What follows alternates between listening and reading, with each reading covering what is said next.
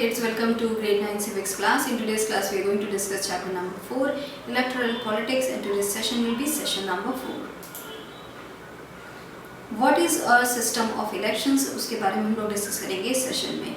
Lok Sabha and Vidhan Sabha elections are held regularly after every 5 years. After 5 years the term of all the elected representatives comes to an end. तो हमारे यहाँ जो लोकसभा है और जो विधानसभा है दोनों जो सेंट्रल लेवल पे और स्टेट लेवल पे होते हैं उनका जो इलेक्शन है वो रेगुलरली होता है. आफ्टर एवरी 5 years होता है वो इलेक्शन. एंड 5 years के बाद जो टर्म है सारे इलेक्टेड रिप्रेजेंटेटिव का वो ख़त्म हो जाता है एंड फिर से फ्रेश इलेक्शंस होते हैं. एंड दैट्स हाउ जो नए रिप्रेजेंटेटिव है या फिर वही रिप्रेजेंटेटिव फिर से इलेक्ट किए जाते हैं. Elections are held in all constituencies at the same time, either on the same day or within a few days. This is called a general election. तो elections जो हैं हमारे इंडिया में वो held होते हैं सारी constituency जो हैं उसमें एक साथ एक टाइम पे held होते हैं. वो either वो same day होते हैं या फिर within a few days होते हैं. तो it's a span of 2 or 3 days जिसमें different constituencies को divide कर दिया जाता है. और उतने ही टाइम में ये जो सारे इलेक्शन है सारी कॉन्स्टिट्यूंसीज में वो होते हैं. सो इस तरीके से जो इलेक्शन किए जाते हैं कि 2-3 दिन में ही पूरे कंट्री का इलेक्शन जो है वो ख़त्म कर दिया जाता है. उसको बोलते हैं general election. The country is divided into different areas for purposes of elections. So जो whole country है उसको डिवाइड कर दिया गया different areas में जो इलेक्शन के पर्पसेस से डिवीजन किया गया है. These areas are called electoral constituencies. The voters who live in an area elect one representative. तो जो ये जो एरिया है जिसको डिवाइड किया गया है इसको बोलते हैं इलेक्टोरल कॉन्स्टिट्यूंसीज. और जो वोटर्स हैं जो इस एरिया में रहते हैं particular one area one constituency में जो रहते हैं उनको वो एक जो रिप्रेजेंटेटिव है वहाँ का उसको रिप्रेजेंट करने के लिए वो लोग वोट देते हैं. For Lok Sabha elections, the country is divided into 543 constituencies. The representative elected from each constituency is called a member of parliament or an MP. लोक सभा के जो इलेक्शन होते हैं उसमें कंट्री को डिवाइड किया गया है 543 कॉन्स्टिट्यूंसीज में. For Lok Sabha elections, the country is divided into 543 constituencies. The representative elected from each constituency is called member of parliament or an MP. जो लोकसभा के इलेक्शंस हैं उसके लिए जो कंट्री को डिवाइड किया गया है वो डिवाइड किया गया है 543 कॉन्स्टिट्यूंसीज में. तो उतनी कॉन्स्टिट्यूंसीज में लोकसभा के लिए इलेक्शन होते हैं. जो रिप्रेजेंटेटिव वहाँ से इलेक्ट किए जाते हैं उस कॉन्स्टिट्यूंसी से ईच कॉन्स्टिट्यूंसी से उनको बोला जाता है मेंबर ऑफ पार्लियामेंट या फिर MP. One of the features of a democratic election is that every vote should have equal value. एक जो फीचर है डेमोक्रेटिक इलेक्शन का वो ये है कि जो एक वोट है उसकी एक वैल्यू होनी चाहिए. तो ये जो एक फीचर है डेमोक्रेटिक इलेक्शन का वो है बहुत ही बड़ा जो ये फीचर है क्योंकि सारे जो वोट देते हैं जो पीपल ऑफ दैट कॉन्स्टिट्यूंसी होते हैं उनके जो वोट की वैल्यू होती है वो सबकी बराबर होती है. Each state is divided into a specific number of assembly constituencies. In this case, the elected representative is called the member of legislative assembly or an MLA. और अगर हम लोग स्टेट लेवल की बात करें तो वो डिवाइडेड रहता है specific number of assembly constituencies जो होती हैं and it will be based on जो पर्टिकुलर स्टेट है उसके लिए. तो every state has different number of assembly जो कॉन्स्टिट्यूंसीज होती हैं वो डिपेंड कि वो स्टेट कितना बड़ा है किस तरीके से उसको डिवाइड किया गया है. सो this is how it is. अलग अलग स्टेट में अलग अलग नंबर ऑफ जो असेंबली कॉन्स्टिट्यूंसीज होंगी वो होंगे. इन दिस केस जो इलेक्टेड रिप्रेजेंटेटिव होते हैं उनको बोला जाता है मेंबर ऑफ लेजिस्लेटिव असेंबली और या उनको एमएलए बोला जाता है. तो जो स्टेट लेवल पे रिप्रेजेंटेटिव चुन के आते हैं उनको एमएलए बोला जाता है और जो सेंट्रल लेवल पे होते हैं उनको एमपी या मेंबर ऑफ पार्लियामेंट बोला जाता है.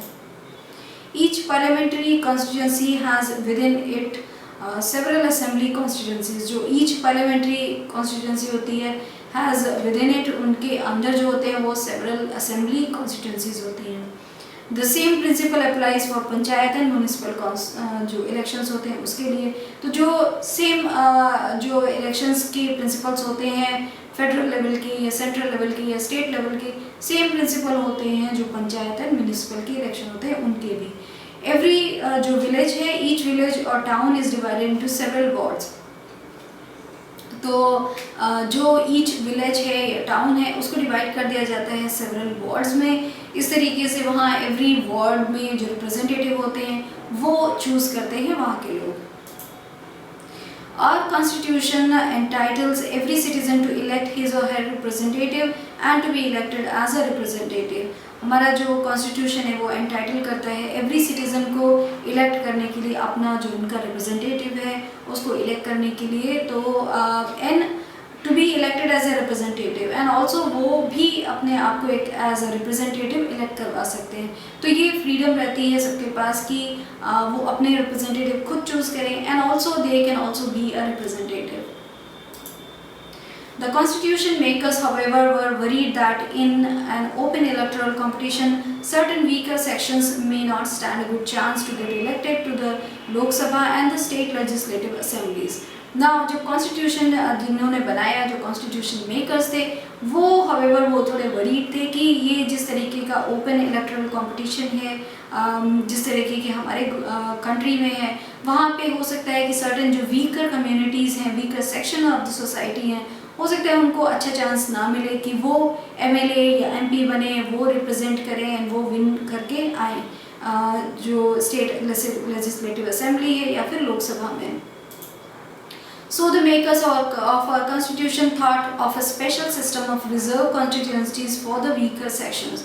तो इसीलिए मेकर्स ऑफ जो हमारे कॉन्स्टिट्यूशन है, जिन्होंने कॉन्स्टिट्यूशन बनाया, उन्होंने एक special system of reserve constituencies किया for the weaker section of the society. तो सोसाइटी में जो वीकर सेक्शन है उसके लिए उन्होंने अलग से ये जो स्पेशल रिजर्व कॉन्स्टिट्यूंसी हैं उनको बनाया। Currently in the Lok Sabha, 84 seats are reserved for the scheduled caste and 47 for the scheduled tribes as on 1st September 2012.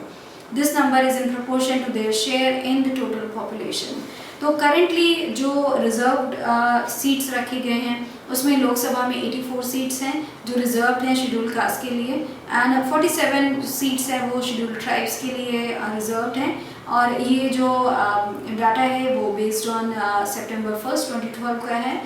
And ये जो नंबर ऑफ प्रोपोर्शन है जो schedule caste and schedule tribes को reservation है वो based on उनका जो share है टोटल पॉपुलेशन में, उस पर बेस्ड है ये share. Thus, the reserved seats for SC and ST do not take away the legitimate share of any other social group। तो the way वो जिस तरीके से सोसाइटी में जिस तरीके से उनका शेयर है बेस्ड ऑन दैट जो कॉन्स्टिट्यूशन है उसमें उनको इलेक्शन में भी रिप्रेजेंटेशन के लिए शेयर दिया गया है, जिससे कि जो रिजर्व्ड सीट्स हैं SC एंड ST की वो किसी और की सीट को टेक अवे नहीं कर रहे हैं। जो लेजिटिमेट सीट्स हैं जनरल कैटेगरी के लिए, उसके लिए वो कोई भी वो उनकी जगह नहीं ले रहे हैं। This system of reservation was extended later to other weaker sections at the district and local level। तो ये जो सिस्टम था हमारे सेंट्रल एंड स्टेट लेवल पे, उसी सिस्टम को फिर ऐसी रिजर्वेशन को फिर एक्सटेंड किया गया अदर जो वीकर सेक्शंस हैं उनको फिर डिस्ट्रिक्ट एंड लोकल लेवल पे। तो हर लेवल पे now there is some reserve seats जो रखे जाते हैं weaker sections of the society के लिए, जिससे उनको भी पूरा रिप्रेजेंटेशन मिले and also they can also be chosen as the representative of their own communities और रिप्रेजेंटेटिव ऑफ द कम्युनिटी जहाँ पे वो रहते हैं, या फिर of any group of community if they want to represent them. So इसीलिए इस तरीके से ये रखा गया है कि वो weaker section of the society जो है उनको भी पूरा रिप्रेजेंटेशन मिले। In many states, seats in rural panchayat and urban municipalities and corporation, local bodies are now reserved for other backward classes as well। और बहुत सारे स्टेट्स में तो जो सीट्स हैं rural and local bodies and urban में वहाँ पे अब सीट्स जो रिजर्व हैं वो बैकवर्ड क्लासेस के लिए भी हैं, जिनको OBC भी बोला जाता है। So for all 3 seats are reserve now for SC, ST and OBC। Similarly, one third of the seats are reserved in rural and urban local bodies for women candidates. तो इसी तरीके से जिस तरीके से schedule caste, schedule tribes and other backward classes को representation के लिए सीट रिजर्व की गई हैं, उसी तरह वुमेन को भी one third of the seats जो हैं वो वुमेन को रिजर्व करी गई हैं rural and urban local bodies में, कि जिससे जो वुमेन हैं उनको भी रिप्रेजेंटेशन करने का एक मौका दिया जाए और उनका भी जो रिप्रेजेंटेशन हो वो सही से हो। अदरवाइज़ मे बी उनको सही रिप्रेजेंटेशन नहीं मिलेगा, उनको शायद कैंडिडेसी नहीं मिले। इसीलिए दैट इज़ वाई ये किया गया कि one third of the seats जो हैं वो वुमेन के लिए उसमें रिजर्व की जाए। So this is what that we have discuss in this session. किस तरीके से जो इलेक्शंस होते हैं उसमें किस तरीके से जो कॉन्स्टिट्यूंसीज हैं उनको डिवाइड किया गया है, and how for the schedule caste, schedule tribes, other backward class and also women के लिए उसमें रिजर्वेशन या रिजर्व सीट्स रखे गए हैं, जिससे कि all the sections of the society they get the representation because they are the weaker sections of the society. So this is all that we have discussed in this session. Thank you.